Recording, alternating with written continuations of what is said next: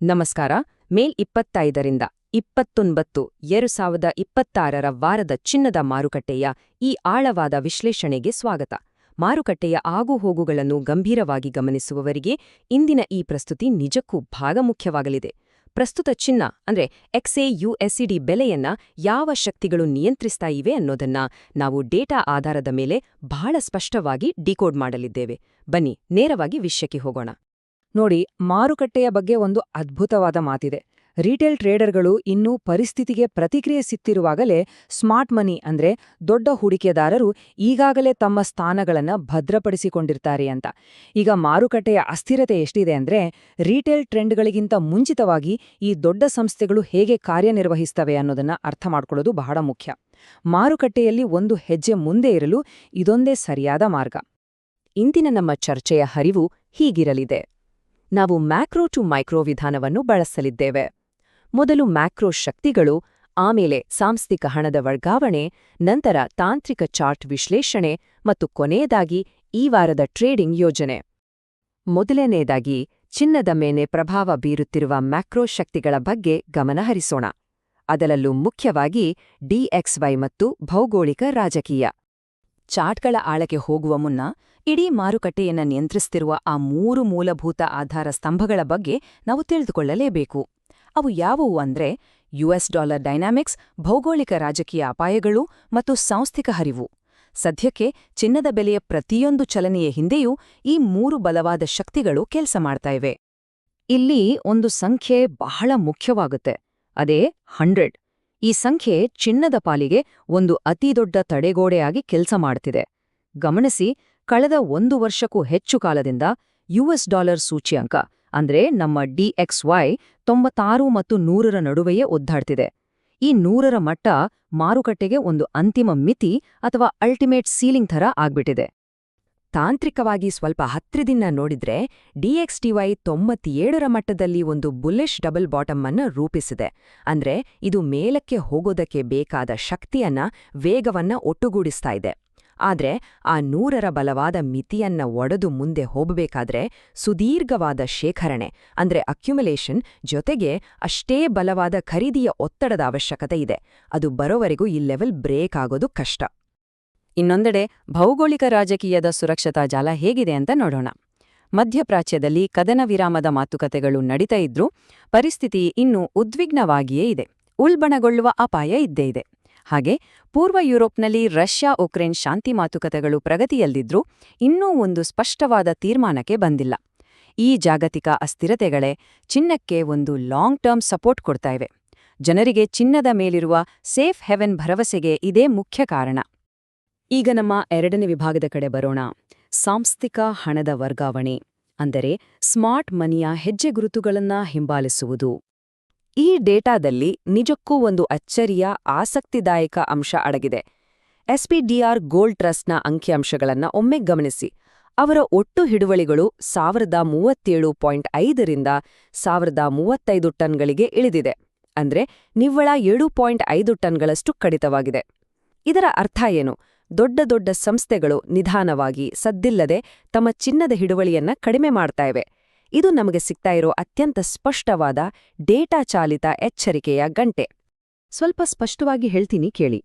ಈ ಸಾಂಸ್ಥಿಕ ಹರಿವು ಅಥವಾ ಇನ್ಸ್ಟಿಟ್ಯೂಷನಲ್ ಫ್ಲೋಸ್ ಅಂದ್ರೆ ಬೇರೇನೂ ಅಲ್ಲ, ದೊಡ್ಡ ದೊಡ್ಡ ಹಣಕಾಸು ಸಂಸ್ಥೆಗಳು ತಮ್ಮ ಬೃಹತ್ ಬಂಡವಾಳವನ್ನ ಒಂದು ಕಡೆಯಿಂದ ಮತ್ತೊಂದು ಕಡೆಗೆ ವರ್ಗಾವಣೆ ಮಾಡೋದು. ಇವರು ಮಾರುಕಟ್ಟೆಯ ಬದಲಾವಣೆಗಳಿಗೆ ಕೇವಲ ರಿಯಾಕ್ಟ್ ಮಾಡಲ್ಲ, ಬದಲಾಗಿ ಆ ಬದಲಾವಣೆಗಳಿಗಿಂತ ಮುಂಚಿತವಾಗಿಯೇ ತಮ್ಮ ಜಾಗವನ್ನ ಭದ್ರ ಮಾಡಿಕೊಳ್ತಾರೆ. ಬಂಡವಾಳ ಈ ಪರಿ ದೊಡ್ಡ ಪ್ರಮಾಣದಲ್ಲಿ ವರ್ಗಾವಣೆಯಾಗ್ತಿದೆ ಅಂದ್ರೆ ಮಾರುಕಟ್ಟೆಯಲ್ಲಿ ಯಾವುದೋ ಒಂದು ದೊಡ್ಡ ಚಲನೆಗೆ ಸಿದ್ಧತೆ ನಡೀತಿದೆ ಅಂತಲೇ ಅರ್ಥ. ಈಗ ನೇರವಾಗಿ 3ನೇ ವಿಭಾಗಕ್ಕೆ ಹೋಗೋಣ. ಅದೇ ತಾಂತ್ರಿಕ ಚಾರ್ಟ್ ವಿಶ್ಲೇಷಣೆ.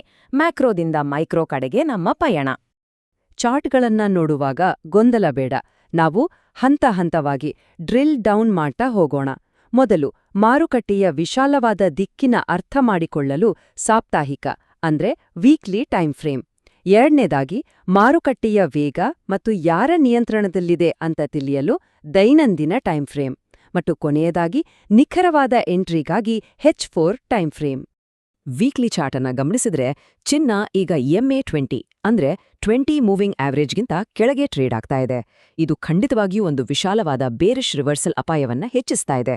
ಅದರಲ್ಲೂ DXY ತನ್ನ 100ರ ಮಿತಿಯನ್ನ ದಾಟಿದ್ರೆ ಕಥೆ ಬೇರೆನೇ ಆಗುತ್ತೆ. 5000ನ ರೆಸಿಸ್ಟೆನ್ಸ್ ಲೆವೆಲ್ನಲ್ಲಿ ಚಿನ್ನಕ್ಕೆ ಭಾರಿ ಹೊಡೆತ ಬಿದ್ದಿದೆ. ಹೀಗಾಗಿ ಮತ್ತೆ 4900ರ ಮಟ್ಟವನ್ನ ತಲುಪಲು ತಿಂಗಳುಗಳು ಅಥವಾ ವರ್ಷಗಳೇ ಬೇಕಾಗ್ಬೋದು ಅನ್ನೋದು ವಾಸ್ತವ. ಇನ್ನು ದೈನಂದಿನ ಅಥವಾ ಡೇಲಿ ಚಾರ್ಟ್ನ ನೈಜತೆ ಬಹಳ ಸ್ಪಷ್ಟವಾಗಿದೆ. ಇಲ್ಲಿ ಮಾರಾಟಗಾರರು ಸಂಪೂರ್ಣ ಕಂಟ್ರೋಲ್ನಲ್ಲಿದ್ದಾರೆ. ಚಿನ್ನ ಒಂದು ಬೇರಿಶ್ ತ್ರಿಕೋನದ ಒಳಗೆ ಅಂದ್ರೆ ಬೇರಿಶ್ ಟ್ರಯಾಂಗ್ಲಲ್ ಒಳಗೆ ಲಾಕ್ ಆಗ್ಬಿಟ್ಟಿದೆ. ಬೆಲೆ ಮೇಲಕ್ಕೆ ಹೋಗೋಕೆ ಮಾಡಿದ ಪ್ರತಿಯೊಂದು ಪ್ರಯತ್ನವೂ ಇಳಿಕೆಯ ಟ್ರೆಂಡ್ ಲೈನ್ ಅಡಿಯಲ್ಲಿ ಫೇಲ್ ಆಗ್ತಿದೆ. ಸದ್ಯಕ್ಕೆ ಬೆಲೆ 4550ರಿಂದ 4670ರ ರೇಂಜ್ನಲ್ಲಿ ಕನ್ಸಾಲಿಡೇಟ್ ಆಗ್ತಿದೆ. ಈ ಪ್ರಬಲವಾದ ಬೇರಿಶ್ ವೇಗ ನೋಡಿದ್ರೆ ಮಾರುಕಟ್ಟೆ 4400 ಮತ್ತು 4300ರ ಬಲವಾದ ಸಪೋರ್ಟ್ ಲೆವೆಲ್ ಕಡೆ ಮುಖ ಮಾಡಿರುವಂತಿದೆ. ಶಾರ್ಟ್ ಟರ್ಮ್ ಅಂದ್ರೆ H4 ಚಾರ್ಟ್ಗೆ ಬರೋಣ. ಇಲ್ಲೂ ಕೂಡ ಚಿನ್ನ ಸ್ಪಷ್ಟವಾದ ಇಳಿಕೆಯ ಚಾನೆಲ್ ಒಳಗೆ ಸಿಕ್ಕಾಕೊಂಡಿದೆ. ಬೆಲೆ ಸ್ವಂತ ರಿಕವರಿ ಆಗೋಕೆ ಪ್ರಯತ್ನ ಪಟ್ಟ ತಕ್ಷಣ ಮೇಲಿಂದ ಬಲವಾದ ಸೆಲ್ಲಿಂಗ್ ಪ್ರೆಷರ್ ಬಂದು ಅಪ್ಪಳಿಸ್ತಾ ಇದೆ. ಒಟ್ಟಾರೆಯಾಗಿ ಹೇಳೋದಾದ್ರೆ ಈ ಹಿಂದಿನ ವಿಶಾಲವಾದ ಅಪ್ ಟ್ರೆಂಡ್ ಈಗ ಕಳೆಗುಂದಿದೆ ಮತ್ತು ಆಳವಾದ ಕರೆಕ್ಷನ್ ಶುರುವಾಗಿದೆ. ಸರಿ, ಇಷ್ಟೆಲ್ಲ ವಿಶ್ಲೇಷಣೆ ಮಾಡಿದ್ಮೇಲೆ ಮುಂದೇನೋ ಅದೇ ನಮ್ಮ 4ನೇ ವಿಭಾಗ, ಮೇ 25ರಿಂದ 29ರವರೆಗಿನ ಸಾಪ್ತಾಹಿಕ ಟ್ರೇಡಿಂಗ್ ಯೋಜನೆ. ಹಾಗಾದ್ರೆ ಈ ವಾರ ಎಲ್ಲಿ ನಿಖರವಾಗಿ ಟ್ರೇಡ್ ಮಾಡಬೇಕು? ಇಳಿಕೆಯ ಟ್ರೆಂಡ್ಲೈನ್ಗಳು ಮತ್ತು ಇನ್ಸ್ಟಿಟ್ಯೂಷನಲ್ ರೆಸಿಸ್ಟೆನ್ಸ್ ಆಧಾರದ ಮೇಲೆ ನಾವು ಸ್ಪಷ್ಟವಾದ ಸೆಲ್ ಝೋನ್ಗಳನ್ನ ಗುರುತಿಸಿದ್ದೇವೆ. ಮೊದಲ ಹೈ ಪ್ರಾಬಬಿಲಿಟಿ ಸೆಲ್ ಝೋನ್ ಬಂದು 46330 ಮತ್ತು 47000ದ ನಡುವೆ ಇದೆ. ಇದರ ಮೊದಲ ಟಾರ್ಗೆಟ್ 45500ರಿಂದ 46000ವರೆಗೆ ಇರಲಿದೆ. ಇನ್ನು ಎರಡನೇ ಸೆಲ್ ಝೋನ್ ಸ್ವಲ್ಪ ಕೆಳಗಿದೆ, ಅಂದ್ರೆ 45440ರಿಂದ 46000ವರೆಗೆ. ಪ್ರತಿಯೊಂದು ಝೋನ್ಗೂ ಅಪಾಯವನ್ನು ನಿರ್ವಹಿಸಲು ಕಟ್ಟುನಿಟ್ಟಿನ ಸ್ಟಾಪ್ ಲಾಸ್ಗಳನ್ನ ಲೆಕ್ಕ ಹಾಕಲಾಗಿದೆ. ಇದನ್ನ ತಪ್ಪದೇ ಪಾಲಿಸಬೇಕು. ಆದರೆ ಕೇವಲ ಸೆಲ್ಲಿಂಗ್ ಮಾತ್ರವಲ್ಲ. DXY ಎಲ್ಲಿಯವರೆಗೆ 100ರ ಕೆಳಗಿರುತ್ತೋ ಅಲ್ಲಿಯವರೆಗೆ ಬಲವಾದ ರಿಕವರಿ ರ್ಯಾಲಿಗಳು ಖಂಡಿತ ಬರುವ ಸಾಧ್ಯತೆ ಇದೆ. ಖರೀದಿದಾರರಿಗೆ ಈ ಸಾಪ್ತಾಹಿಕ ಬೈ ಝೋನ್ಗಳು ಉತ್ತಮ ಡಿಸ್ಕೌಂಟ್ ಪ್ರದೇಶಗಳಾಗಿವೆ.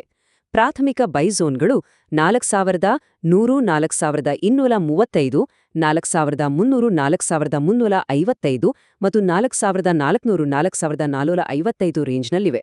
ಪ್ರತಿಯೊಂದಕ್ಕೂ ಸ್ಪಷ್ಟವಾದ ಟಾರ್ಗೆಟ್ ಮತ್ತು ಕಟ್ಟುನಿಟ್ಟಿನ ಸ್ಟಾಪ್ ಲಾಸ್ ಇದೆ ಅನ್ನೋದನ್ನ ಮರೆಯಬೇಡಿ. ಎಲ್ಲರಿಗೂ ಇಲ್ಲೊಂದು ಪ್ರಮುಖವಾದ ಪ್ರೋಟಿಪ್. ಇಂಥ ಅಸ್ಥಿರ ಮಾರುಕಟ್ಟೆಗಳಲ್ಲಿ ಸುಳ್ಳು ಬ್ರೇಕ್ಔಟ್ ಅಂದ್ರೆ ಫಾಲ್ಸ್ ಬ್ರೇಕ್ಔಟ್ಗಳ ಬಗ್ಗೆ ತುಂಬಾನೇ ಎಚ್ಚರಿಕೆ ವಹಿಸಬೇಕು. ಎಂಟ್ರಿ ತಗೊಳ್ಳೋ ಮುಂಚೆ ಕಡ್ಡಾಯವಾಗಿ ಮಾರ್ಕೆಟ್ ರೀಟೆಸ್ಟ್ ಆಗೋವರೆಗೆ ಕಾಯಲೇಬೇಕು. ರಿಸ್ಕ್ ಮ್ಯಾನೇಜ್ಮೆಂಟ್ ಇಲ್ಲದೆ ಟ್ರೇಡ್ ಮಾಡಲೇಬೇಡಿ. ಮಾರುಕಟ್ಟೆಯಲ್ಲಿ ಭವಿಷ್ಯ ನುಡಿಯೋದಕ್ಕಿಂತ ತಾಳ್ಮೆಯಿಂದ ಕಾದು ಸರಿಯಾದ ಪೊಸಿಷನ್ ತಗೊಳ್ಳೋದು ಬಹಳ ಮುಖ್ಯವಾಡುತ್ತೆ. ಈ ವಿಶ್ಲೇಷಣೆಯನ್ನ ಮುಗಿಸುವ ಮುನ್ನ ಒಂದು ಕುತೂಹಲಕಾರಿ ಪ್ರಶ್ನೆ ನಮ್ಮ ಮುಂದಿದೆ. ಒಂದೆಡೆ DXY ತನ್ನ ಅಸಾಧಾರಣ 100ರ ಮಿತಿಯನ್ನ ದಾಟಲು ಹೆಣಗಾಡ್ತಿದೆ. ಇನ್ನೊಂದೆಡೆ ಚಿನ್ನವು ತನ್ನ ದುರ್ಬಲ ಸಪೋರ್ಟ್ ಲೆವೆಲ್ಗಳನ್ನ ಮತ್ತೆ ಮತ್ತೆ ಟೆಸ್ಟ್ ಮಾಡ್ತಾ ಇದೆ. ಡಾಲರ್ನ ಪ್ರಾಬಲ್ಯ ಮತ್ತು ಭೌಗೋಳಿಕ ರಾಜಕೀಯದ ಅಸ್ಥಿರತೆ, ಈ ಎರಡು ಬೃಹತ್ ಶಕ್ತಿಗಳ ನಡುವಿನ ಹೋರಾಟದಲ್ಲಿ ಮೊದಲು ಮುರಿಯೋದು ಯಾವುದು? ಮುಂಬರುವ ದಿನಗಳಲ್ಲಿ ಚಾರ್ಟ್ಗಳ ಚಲನೆ ನಿಜಕ್ಕೂ ರೋಚಕವಾಗಿರಲಿದೆ.